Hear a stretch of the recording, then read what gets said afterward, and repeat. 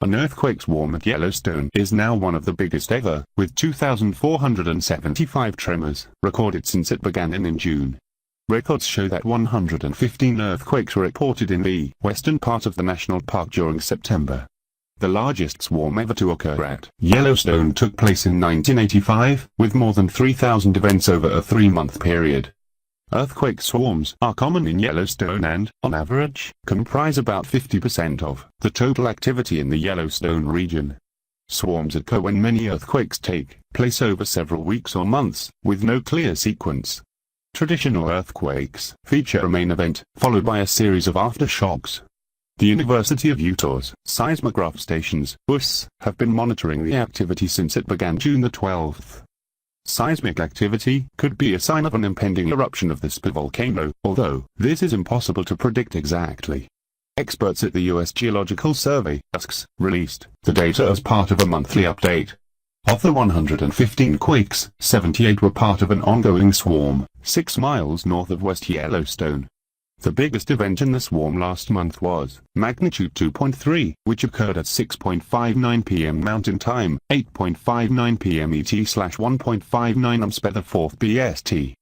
Speaking to Newsweek, Mike Poland, the scientist in charge of the USGS's Yellowstone Volcano Observatory, said it is a bit too soon to say whether the swarm has ended. He said, "The activity has certainly waned drastically since August, and the swarm appears to be winding down, if not completely over.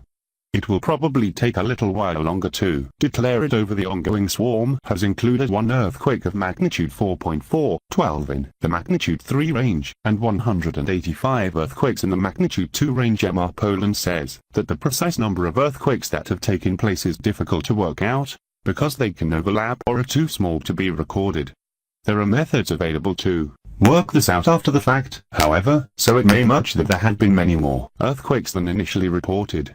This is the sort of work that will happen in the months to come, as we gather up all of the available data and start crunching numbers, he added. Records show that 115 earthquakes were reported in the western part of the national park during September. This graph uses GPS data to monitor RENDS in ground displacement. Current deformation patterns of Yellowstone remain within historical norms. Precise number of earthquakes that have taken place is difficult to work out, because they can overlap or are too small to be recorded. This graph shows a time history of the Yellowstone caldera uplift and subsidence patterns, along with quarterly earthquake counts. What we can say now is that through the end of September, the University of Utah has located 2,475 earthquakes in the swarm. This puts the 2017 swarm on par with that of 1,985, which lasted 3 months and had over 3,000 located events. This is certainly a fascinating event, and one that we hope to learn more about through some post-swarm analysis. There's a lot to work on this winter. For sure, the activity has spurred fears that the supervolcano could be gearing up to an eruption.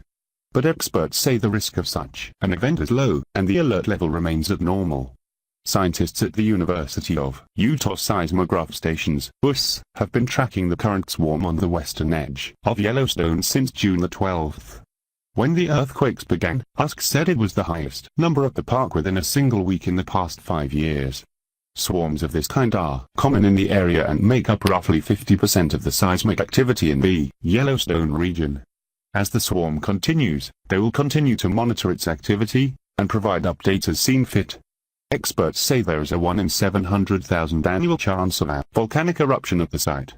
Pictured as an artist's impression, if it were to erupt, the Yellowstone volcano would be 1,000 times as powerful as the 1,980 Mount St. Helens eruption, although the risk is low. Yellowstone hasn't erupted for 70,000 years, so it's going to take some impressive earthquakes and ground uplift to get these things started, the U.S. Geological Survey explains. Besides intense earthquake swarms, with many earthquakes above M4 or M5, we expect rapid and notable uplift around the caldera, possible tens of inches per year.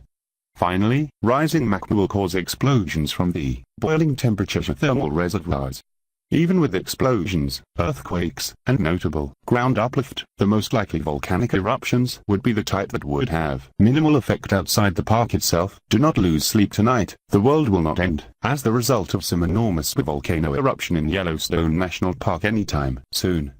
But there is a whole lot of other interesting stuff going on there, so maybe it's Worth losing sleep by getting excited about science.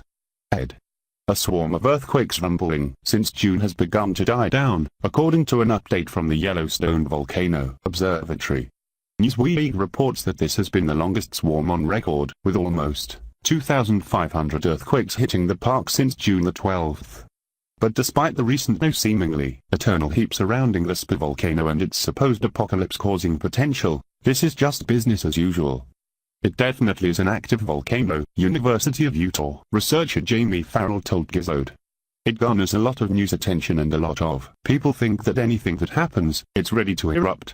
There's no evidence of an eruption anytime soon right now. It's just doing what normal active volcanoes do. A swarm doesn't look violent, but rather like a lot of rumbling over the course of many days. September saw 78 quakes, August saw 894, July saw 475 and June 1028. The largest in September only had a teeny magnitude of 2.3. The largest of the swarm's quakes magnitudes was 4.4. The swarm seems to have died down by now, and it left behind some data that scientists can now study. We'll look at the patterns of earthquakes and see if they illuminate any subsurface faults we don't know about, and look at the type of earthquakes to see if they can tell us what's going on, said Farrell. Okay, but when should you, and how much should you, worry about some sort of apocalyptic eruption? Farrell pointed out that the widely cited figure that the volcano erupts catastrophically every 600,000 years is a myth based on only 3 prior eruptions. This figure is sort of like saying, your father and grandfather and uncle all died at 60, so surely you will die at 60 as well. There isn't nearly enough data to say when it will erupt like that again, or even if it will. On top of that, the volcano does experience smaller eruptions more frequently that wouldn't cause the same mythical destruction. The last one was 70,000 years ago, according to the USCS, and if you are still worried, scientists do have a monitoring system in place so they know even when something will happen. They watched for increased seismicity, changes in the pools of hot water in the area, more gas, and the ground changing shape all happening at the same time. So take a deep breath if you're worried about the swarm. Farrell said, other than how long it's lasted, it's pretty normal.